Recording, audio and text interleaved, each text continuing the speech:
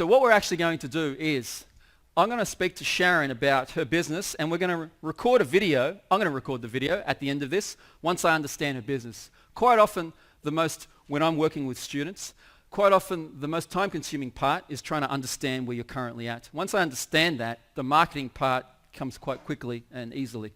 So you coach parents that have got terrible twos, so 2-year-olds. And if I was to get their attention, what's the biggest problem that they have? Their children You don't have to face you can speak. Yeah, it's fine. The parents seem to have handed their power over to their small children, and the small children are going out of control because they don't really know what to do with it. The 2-year-olds are in control. Yeah.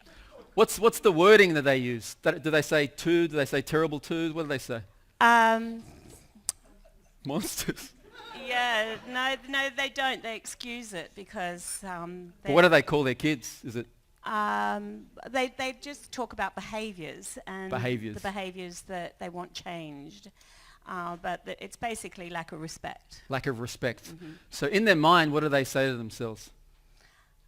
My kids are out of control. What is it? Yeah, I think My kids are out of they'll be control. saying they're out of control and they don't know what to do. Is there a statistic or something like that you could share with us to get our attention? Do you know any stats? Well, the one that I use most is that 80% of mothers are stressed now and 60% of children have anxiety by the age of 5. 80%, say that statistic again. Mothers are stressed. 80% of mothers are stressed, and 60% of children under 5 have anxiety. 60% of children under 5 have anxiety. Okay. So if this problem continues, if I understand, what are they saying day in and day out to themselves? Can you expand that conversation? My kids are out of control. 80% of mothers don't feel stressed. 60% of kids under 5 have anxiety. What's the conversation going in their head? Help me understand. I think the parents are not supporting each other as far as being on the same page with parenting. I think that... Oh, the husband and wife? The husband and wife are feeling different ways about what should be going on, so they're not connecting, and because the children are feeling like they're in charge of everything, there's tantrums going on every day, and everything's just out of control. And there's no, they're Googling and Facebooking, and they just... At 2, they're Googling and Facebooking. Yeah. Wow. So, and the parents are just thinking, oh, this is normal, when they don't realise that it's... Are they clicking ads while not. they're Googling and Facebooking? I'm kidding. Next, we want to target one specific type of person. So is it the mother or the father? I was originally working with all the mothers, and I've just started working with the dads, and I find the dads are much more responsive. So in this one, would you rather target the father or the mother in this Let's example? do the dad. Let's do the father, okay. And the reason I asked that is because right now I'm thinking the marketing we're going to do, if we're going to do something on, as an example, Facebook, why would we try and create an ad for both the father and the mother?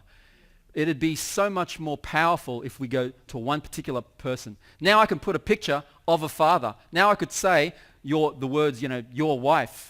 And I could make stereotypical judgment calls about how a father would react versus a mother. And it would what we do called pierce the veil of indifference. A lot of your customers are indifferent. You need to say something and talk directly at to them personally so they think, wow, this is so great. She's talking just to me. But it's hard to talk just to me when we're saying male, female, mother and father. So if I was the father, what do I say to myself? What's the problem there? I think the father's saying, I don't really know what to do, I wish I could help, but when I try and help, it's usually rejected. And Rejected by the mother or rejected by the kids? Yeah, both. By both. And, there's this thing, if a dad raises his voice, it's too loud. Okay. So the mum's saying, don't do that, and so the father really is confused, he doesn't know what to do. So the father is confused. That was the next point, because now we want to go to tension. Yeah. Tension is an emotion. It's not what's happening, it's the emotion. It's the confusion. Any other emotions they've got there? Yeah, they're frustrated and they're not getting enough sleep. Confusion, frustrated, not enough sleep. Yeah. How does this? The question I'm going to ask: how does this affect other parts of the father's life? How does that affect their career? Well, it affects their relationships because they're not connecting and they're disagreeing. Relationship. And they're listening to lots and lots of screaming and yelling and crying and tantrums. Okay. it's unpleasant. This is where you come in now, the help them. You offer parent coaching.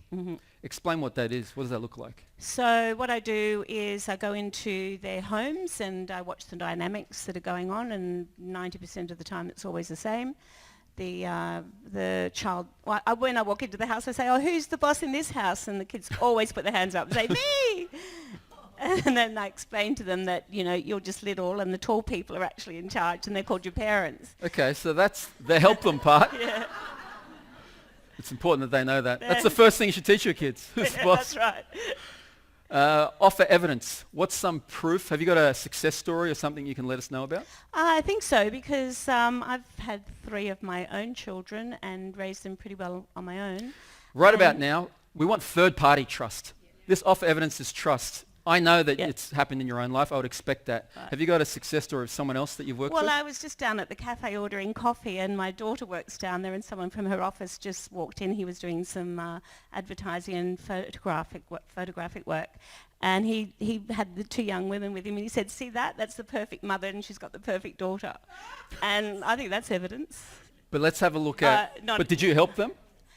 No, but I do anxiety work with them, and so he's seen my children. So just raising 3 children that I've never had a tantrum with any of them, and they've turned into. But going back, and by the way, I'm steering it back. What I believe is on track here. Yeah. Can you give me a success story of someone that you've charged money for to help? Okay. Yes. So I think one of my best successes was a 2.5-year-old who was swearing not only at his mother, but anyone else that came near him. He had an older brother and a younger brother, and it was the real swear words. But then he added to them, "and you're stupid," and pointed in your face when he did it.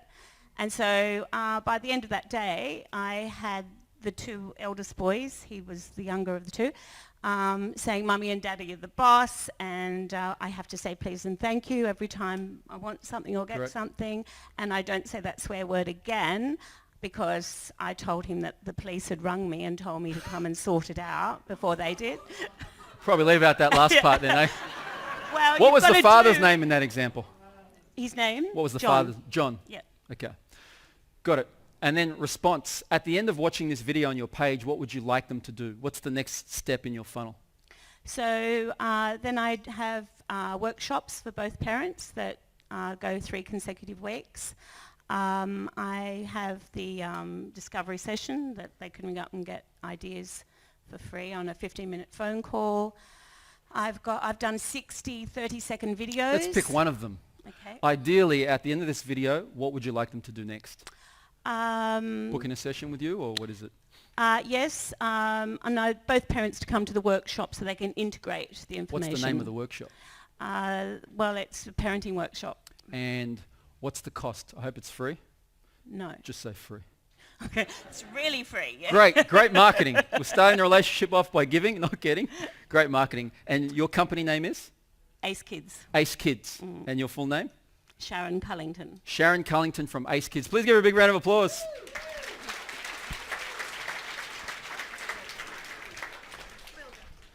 Sharon Cullington from A.U.T.H.O.R Kids. So what I'm going to do now is I am actually going to record this video just like we would do it. It would be on your landing page. I'm going to record it here on my phone. And I'm going to do it in one take. And I'm going to do it a little bit harder than most people would do it because I'm going to do it in front of 250 people. Does that make sense? In one take. Who would like to see that by show of hands? I'd like to see that as well. Either way, it's going to be interesting. It's going to work out brilliant or it's going to be a train wreck. So here we go. As we go, just to make it a little bit, not trickier, but so you know where I'm up to, I'm going to point to the step that I'm actually on. Attention, understand, tension, help them, offer evidence, the whole thing. All right, here we go. One take. You don't have to get it right. You just have to get it started. I'm going to hit this little thing that here's record. Did you know that over 90% of parents are actually stressed, and within 5 years, 60% of kids will feel anxiety? That's a terrible place to be, especially as a father. I understand that you're confused. You don't know who to believe. Your voice is too loud and all those things. That can really mean your relationship is deteriorating with your partner. You're not connecting on the same level. Also, you lose sleep at work. Your career goes down. It's all bad news.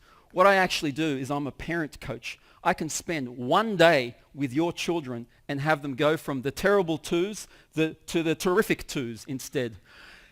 Don't take my word for it though. I was actually speaking to a father. His name was John. His kids were the boss. When I walked into the room and said, who's the boss? The kids put their hands up. But by the end of that day, the kids knew who was boss, and they actually knew to follow orders, say thank you and please for everything they wanted. If you want to start this journey to go from terrible twos to terrific twos, I'd recommend this parenting workshop coming up. It's 2 hours, it's free. Both yourself and your wife should join and start on this journey. My name is Sharon Cullington from Ace Kids. Thanks for watching. See you at the workshop.